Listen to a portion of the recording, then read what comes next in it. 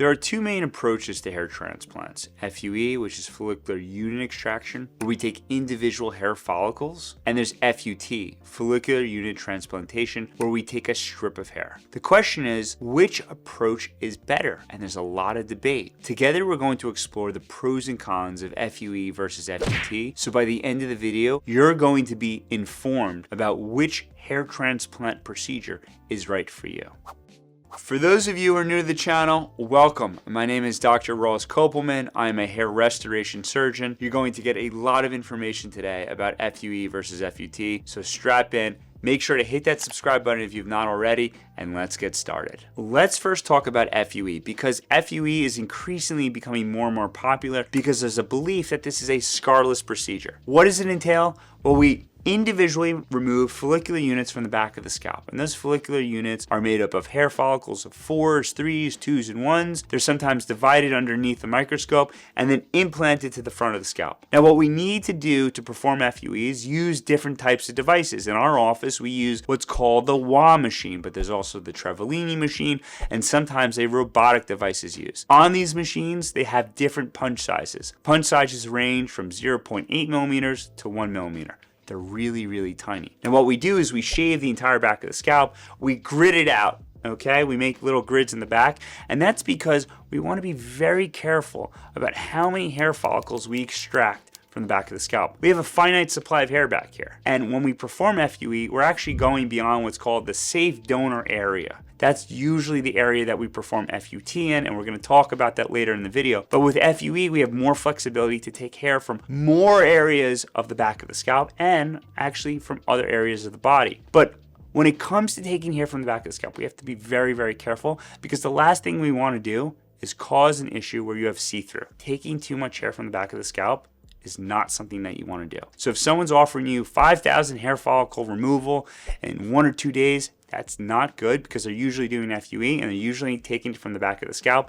You're going to have those see-through issues because your hair will probably continue to regress. You're going to continue to have hair loss. So you have to be very, very, very cautious about how much hair you take from the back of the scalp. Now, FUE does allow us to take hair from other parts of the body, so you can use FUE to take hair from the lateral area of the scalp, as well as being able to extract hair from your beard, as well as from your chest and your back. Now, let's talk about this scarless procedure.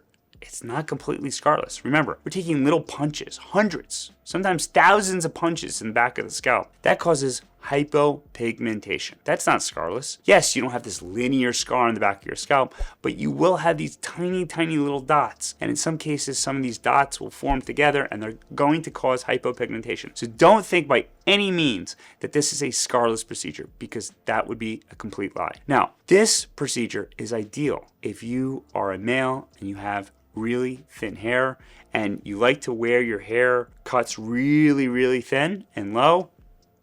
It's ideal. For me, I don't know if I would be a candidate for FUE because I have thick hair and I might get better grafts if we perform what's called an FUT approach, and we'll talk about that later in the video. Additionally, if you're a female, when you perform this procedure, I don't know how many females want to have the back of their scalps completely shaven. It might be ideal if we're doing a small case, maybe an eyebrow or eyelashes. We can extract just a small region of hair and do an FUE, but it's not really the ideal approach to performing a hair transplant for a female. For a male patient, it is a better choice, but for female patients, it's not really that ideal. Now, the other thing I want to emphasize is that when we do extract hair follicles, we sometimes don't get the best grafts with FUE, and sometimes we have higher levels of transection of hair follicles. So yes, FUE is a wonderful procedure, and we perform this very commonly in our office, but it's not the only way to perform a hair transplant. Next, we get to FUT, follicular unit transplantation. This is an approach to hair transplants that has been around much longer than FUE, but unfortunately, a lot of younger hair surgeons are forgetting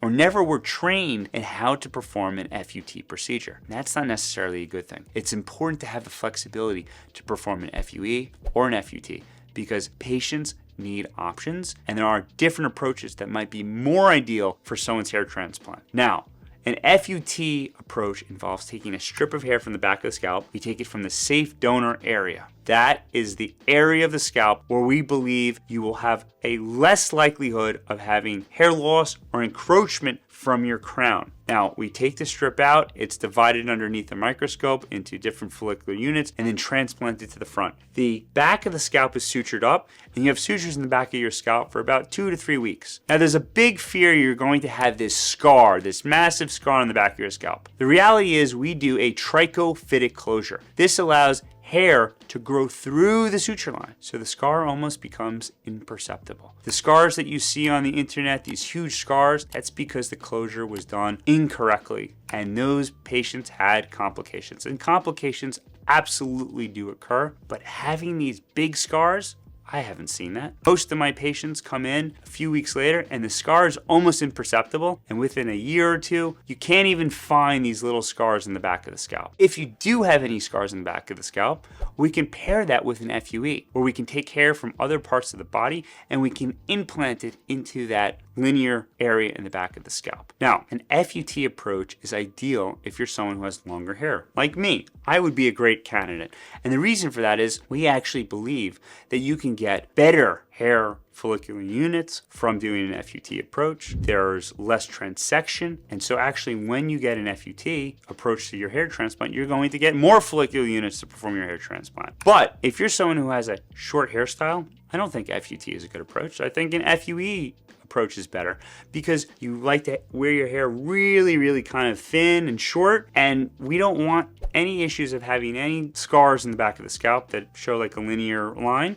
So an FUE approach would be ideal. Now, if you're female, I think an FUT approach is the best way to go because you have so much hair back there. We just take one small region, we suture it up, you don't even know that we remove the hair, and you don't have to shave the back of your scalp. So for a female, an FUT approach is absolutely, in my opinion, the better way to go about doing a hair transplant. Now, in some cases, we perform both FUE and FUT. With FUT, we can only perform this in the back of the scalp, but we have the flexibility of using FUE to extract hair from other regions of the body because remember, we have a finite supply of hair back here. So it's nice to have two different approaches to performing hair transplants. I hope that it was helpful and you have a better appreciation for the difference between these two approaches to hair transplants. I also think it is important that you seek out a hair surgeon that has the flexibility to perform both of these because then they'll help you decide which one is ideal for your hair. If you have any questions that I've not addressed,